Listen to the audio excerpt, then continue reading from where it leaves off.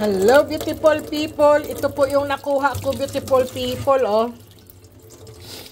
Beautiful people, ito po ay hindi po yan na may kulay yan. Sabi po kasi ng aking ano po subscriber o followers po,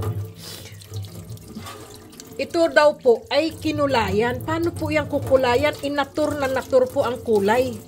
Kayo talaga beautiful people. Hayan po oh. Natur na natur. Paano yung makulayan? Tapos po, tingnan nyo po oh.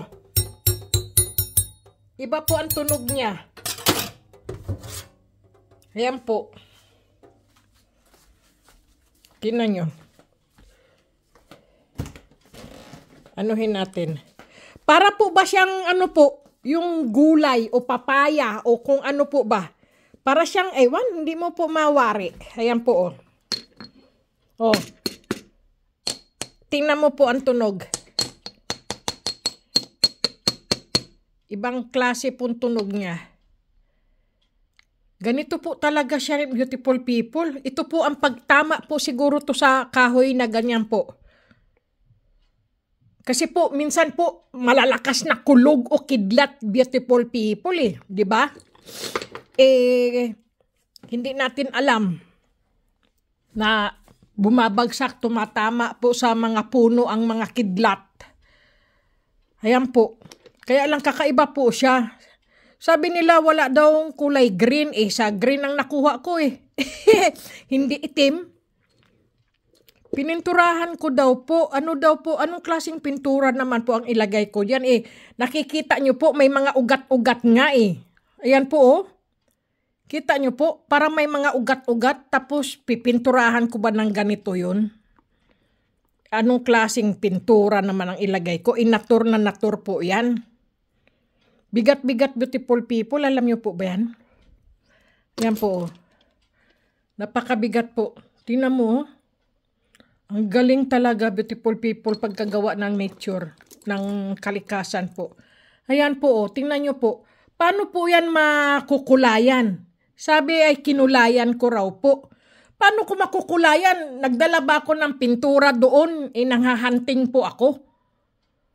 Galing po yan sa sa nature po. Kalikasan po talaga. Ayan po oh.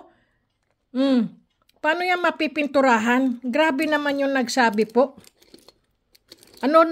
Pinta daw, pinta. Paano pipintahan? Ang bigat-bigat niya, hugutin po yan. Hindi po kasi alam nyo, beautiful people, no? Mga tao po ay naiinggit. Ang naiinggit, kailangan ay pumipikit. Pikit, pagkainggit. Huwag mainggit. Kasi po, ang naiinggit po, kasalanan din po yan.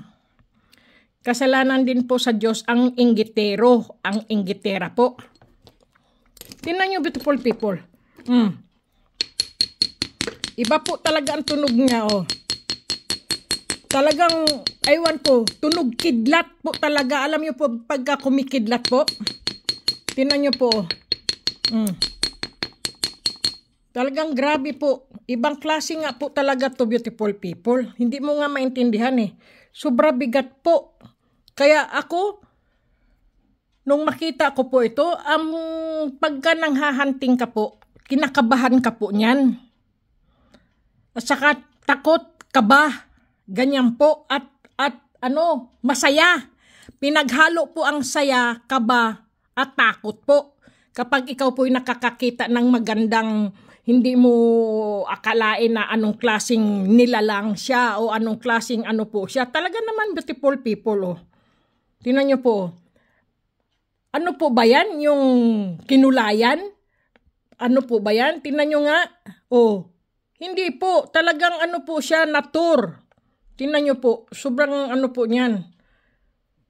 Gawa po talaga ng kalikasan. Hindi ko nga po alam kung kidlat po siya o ano, beautiful people, no? Ngipin ng kidlat. Kasi napaka ano po talaga. Bigat at saka ano po, oh.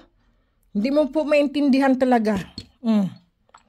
Nakaganon po talaga siya, beautiful people, oh. Napakaganda po. Tapos, yung kanyang ano po, parang mga ugat-ugat. Ayan po, oh. Parang ugat, yung puno, yung alam mo nyo po yung kawayan na bagong ano po siya, yung ano tawag diyan, yung kawayan na ano na bata pa na kawayan. Tapos aanuhin mo siya, yung kakaliskisan mo po ba siya? Ganyan po.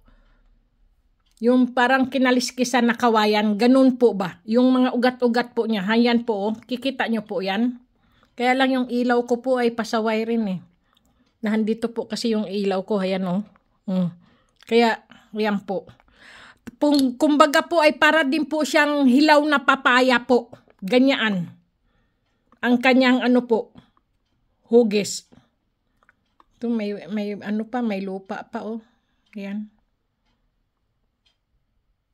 Ibang klase to, beautiful people. Ngayon lang po ako nakakita ng ganito. Kakaiba po. Kasi ang bigat-bigat po nito, beautiful people. Aywan ko kung ilang kilo po siya. Siguro mga 2 kilo o 1 kilo. Bigat po nito, beautiful people. Ayan po. Hindi po yan kinulayan. Sabi kasi nung aking ano eh, tingnan nyo ang tunog niya, beautiful people. Kakaibang bato po siya. Akala mo siya ay ano, bakal. Pero hindi po yan dumidikit sa magnet. Ganyan po ang tunog niya, beautiful people. Oh. Sige nga.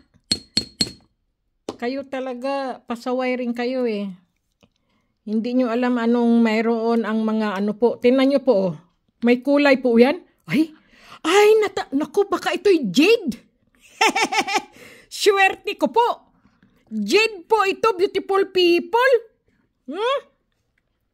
Naku, jade yata ito ah. Yade po ba yade? Jade. Yade o jade. Ganyan po oh. Tingnan nyo, beautiful people. Sige nga, kung kinulayan ko yan oh. Oh, matunog pa po siya oh.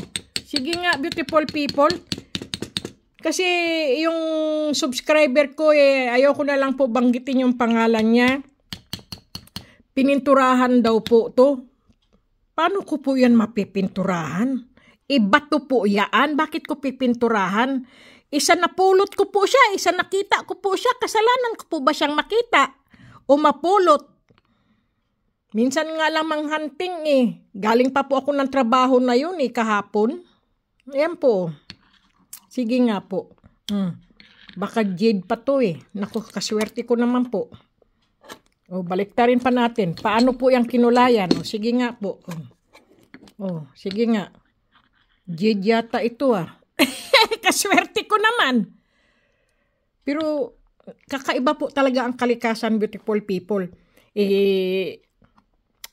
Nako, hindi ko lang po masabi. Iba po. Talagang iba po siya, beautiful people. Napakaganda niya po. Kung sa ano nyo po ay tiningnan ko talaga, dinala ko pa yung aking flashlight kasi nga baka anong klaseng bato ba siya. Tingnan nyo po. Hindi po siya nakakasawang tingnan. Talagang kakaiba po talaga siya. Parang, ewan, kutsilyo o espada o ewan. Talaga namang grabe po talaga siya. Nagulat nga po ako talaga nito eh. Kasi po, pagka nasa puno po siya, mayroon din po ako nakuha nito ganito, beautiful people. Aywan ko, nawawala po o baka nakaano na rin po yun, yung nalimusan na rin po. Ganito lang po yung kalaki rin. O ewan ko, ganito sigurong bato yun, ganito kalaki. Pero green din po siya, ganito din po. Ganito din po ang kanyang ano po, kulay. Ganito din. Pero ganito siya kalaki. Pero green din po. Doon ko rin po sa puno na ano po, na kuha. Yan nga po ang mga sinasabing mga mutya. Kagaya po ng pampaswerte, beautiful people. May kilala po ako na nakakuha po siya ng bato sa loob ng kawayan. Ngayon po, sa loob ng kawayan nagkaroon ng bato. Paano po ba yun? Sabi nga po nung nakakuha noon, beautiful people. Alam niyo po ginawa niya? Yung sa bato, nilagay niya po sa kanyang pukot. Sa pukot po, sa lambat. Ngayon po, mayroon po silang nyulok at bunsod na po. Kay rami pong huling isda palagi. Lagi po yan, laging puno ang bangka, beautiful people, at ang boat, ang ano nila, yung, ano tawag noon, yung motorboat, hindi ba? Hindi, pambot, sa Bisaya po, pambot, sakayan. Punong-puno po ng isda. Mga 5 sakayan, 5, ano tawag noon? Boat, yung ano po ba? Pambot, sa Bisaya po, pambot, motorboat, ganyan po ba? Punong-puno ng isda, beautiful people, ilang buwan yun, laging puno ng isda. Kasi po, nakakuha nga po sila ng mutya ng kawayan. Nilagay po nila sa lambat, sa pukot po at inatinali nila. Lagi lang may isda, laging may isda, beautiful people. Hanggang sila po'y nakapagpatayo po ng bahay. Tapos nakabili ng mga lupa kahit saan-saan na po, dumami ng dumami po. Tapos meron silang palaistaan na mga tuyo, daing, ganyan po. Pakyawan doon, beautiful people. Ngayon po, may kapitbahay po sila na nagtatrabaho po sa kanila. Ngayon po, ang ginawa po ng kapitbahay po nila, nagtataka kasi nga napakayaman na po nila, laging may huli ang isda, laging ganyan, laging maswerte po ba yung pinagpasokan nila, yung boss niya po, laging maswerte, laging may isda talaga, beautiful people. Yan po ay kwento ko talaga, totoo po yan. Ngayon po, siyempre po, nainggit po yung kapitbahay. Gusto talaga niyang malaman paano nangyayari. Lagi na lang may isda, laging may huli, pero yung iba walang huli, yung iba ganyan. Pero sa kanila lagi, yung pala may anting-anting, may mutya pala yung may-ari ng bunsod at ng ng nyulok at palaistaan niya. Bakit laging dumadami ang isda niya? Ngayon po, noong napasama po siya, may naikwento yata yung aywan, dahil sa kalasingan po ba? Na itanong, ano bang swerte mo, ano bang meron ka, ano bang may anting-anting ka ba, dahil nilasing po nila yung may-ari po, naikwento niya po, meron siyang bato na nakuha niya sa loob ng kawayan. Ngayon po, naikwento niya po yun, ngayon sinisid po at kinuha po yung yung bato, ginupit niya po sa ilalim ng tubig. Buhat noon, beautiful people, wala nang isda, wala na silang huli, talagang alat na po talaga, pahirap na sila ng pahirap po, wala nang isda, wala nang naibebenta na nila yung bahay nila, yung kanilang bungsod na na po, yung sa bagyo, nasira na po, pati yung kanilang nyulok, yung mga po na, nagkasira-sira, nagkakasakit sila, wala silang pang-hospital, ganyan po. Para po bang gulong na umiikot sa taas, sa baba, pataas, pababa, ganyan po. Kaya nga, beautiful people, kung kayo po ay may mga mutya po, never nyo po yan ipagsabi. Kahit pa po sino pa yung pamilya nyo, kahit sinong best friend mo po yan, kahit sino pa pong mahal na mahal mo, wag nyo po yung ikikwento ang inyong anting-anting at inyong mga mutya po. O bertod o kung ano o agimat po, never nyo po yan ikikwento. Kasi po, ang taong nakwentuhan nyo po yan, nagkaka-interest po yan sa inyong mga agimat, sa inyong mga mutya, sa inyong mga bertod, sa inyong mga anting-anting. Ganoon po. Kaya, ibig ko lang pong sabihin sa inyo, beautiful people, parang may nakuha kayong leksyon sa mga sinabi ko po sa inyong, sa kwento ko po. Ganoon, beautiful people. Na umasenso na, yumaman na, tapos po, mga ilang taon, maganda na ang buhay, tapos balik ulit naman po, wala na naman po. Kasi ang pera, beautiful people, mabilis po yan maubos. Meron din po akong kilala isang vlogger, nako, asensado na po siya. Mayaman na po siya, ganyan-ganyan. Ang akala niya po, habang buhay na po siyang mayaman, hindi po. Ganito po ang nangyari, beautiful people. Yung mga kinita niya po sa pagbablog niya po, pamigay dito, pamigay doon. Pagkatapos po, tulong dito, tulong doon.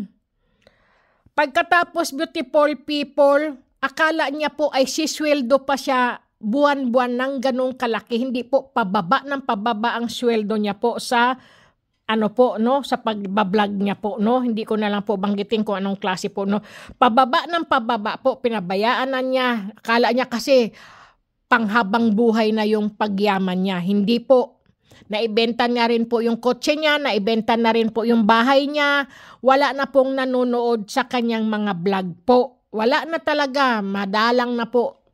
Ngayon po, dati po nasa taas po siya, parang gulong nga, beautiful people, gumugulong ng gumugulong, minsan nasa baba ka, minsan nasa taas ka, ganyan po. Akala niya nasa taas na siya palagi dahil hindi na niya alam anong gagawin niya sa perang kinikita niya kay limpak-limpak na po ang pera niya eh. Pamigay dito, pamigay doon, kahit ano po, no? Hindi niya po namamalayan na hindi lahat at hindi araw-araw o buwan ay kikita ka ng ganong halaga. Hindi po, pababa na po ng pababa kasi po mga vloggers, mga ano po niya, pagbablog niya po, nagsasawa na po yung taong manood sa kanya, minsan kinaiinisan na rin siya, yung wala na pong manonood sa kanya, madalang na lang, daanan na lang po siya, pero noon beautiful people, parang lumaki po ba ulo niya. Ngayon po, dating dating gawin na naman po. Nagpanibago na naman po siya pagbablog, naghirap din po siya. Kasi beautiful people, ganun po kasi, wag na wag nyo pong ipagmamayabang ang kinikita nyo. Akala nyo kasi, hindi na mauubos ang pera. Pera po yan eh, madaling maubos po ang pera. Kung bili dito, bili doon, magpakasawa ka, magpakasaya ka, parang hiram lang po yan, beautiful people eh. Parang pinahiram lang sa iyo ng kalikasan ang pera. Huwag na nating banggitin ang Panginoon Diyos po. Kasi parang nakakalimutan na rin niya ang Panginoon Diyos. Ngayon, panay ang tawag niya sa Panginoon Diyos. Panay ang dasal niya. Dati hindi po siya nagdadasal. At hindi siya tumatawag sa Panginoon Diyos po. Ngayon, panay ang simba niya, panay ang dasal niya, panay ang panalangin niya. Kasi noong may pera nga naman daw po siya, hindi niya natatawag ang Panginoon Diyos kasi sobra saya niya. O nagkasakit na po siya, na heart attack po siya, ganyan, hindi na niya alam paano gamutin siya. Wala na yung pera niya eh. Yung mga tinulungan niya, yung mga binigyan niya, wala. Kahit isa po sa kanya, nakapaligid, wala po. Totoo po yan, beautiful people. Kaya kung anong meron po kayo, tahimik lang po kayo. Tumulong, hindi po masama ang tumulong. Tumulong po kayo sa tama lang po. Hindi yung akala nyo may sasahurin pa po kayong malaki. May mas malaki pang kayong sasahurin dahil sa mga pinagagawa. Hindi po. Totoo po yan. Kaya mag-iingat, beautiful people. Kaya nga, kagaya po natin, lang po tayo, maliit at small vlogger lang po tayo.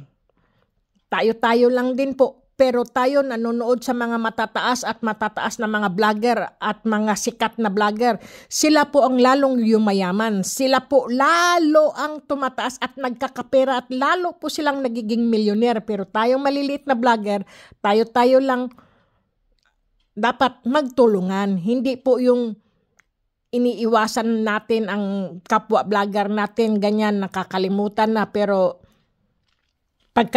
hindi pa naman yan talaga, beautiful people, makatanggap ka lang ng kaunti. Pinapakita mo na po kagad sa mga kamera na ito ang pera nakuha, ito ang nasweldohan. Hindi po, beautiful people. Huwag nyo po yan ipagpapakita na ganyan-ganyan po. Balang araw, babawiin din po yan. At wala nang manonood sa inyo, wala din kayong kikitain. Totoo po yun. Huwag natin ipagmayabang ang ating mga kinikita, beautiful people, kasi ang kalikasan po, babawiin din po yan. Patitikimin ka lang, beautiful people. Ngayon, masarap, ganyan. Sa susunod, wala na po yan. Ganyan lang po. Bakit ba tayo napunta doon, beautiful people, no? Iyon lang naman, beautiful people, okay?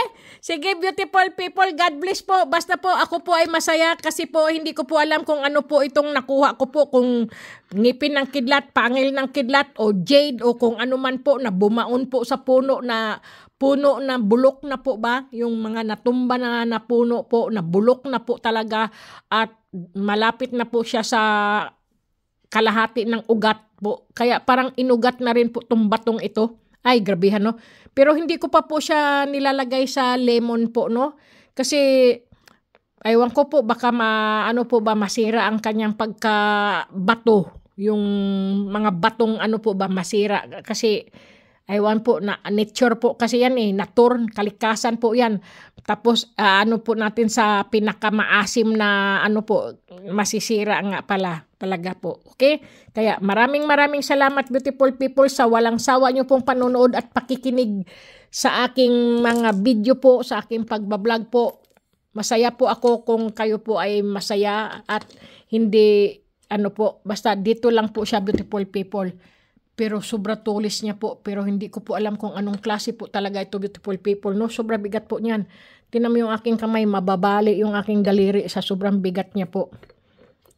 Mga ugat-ugat po yan, beautiful people. Ugat, hindi po yan, kinulayan. Kasi may taong hindi mo malaman na, aywan ko, kung nagpapatawa siya o po siya, bahala na po siya. Okay? Maraming salamat beautiful people.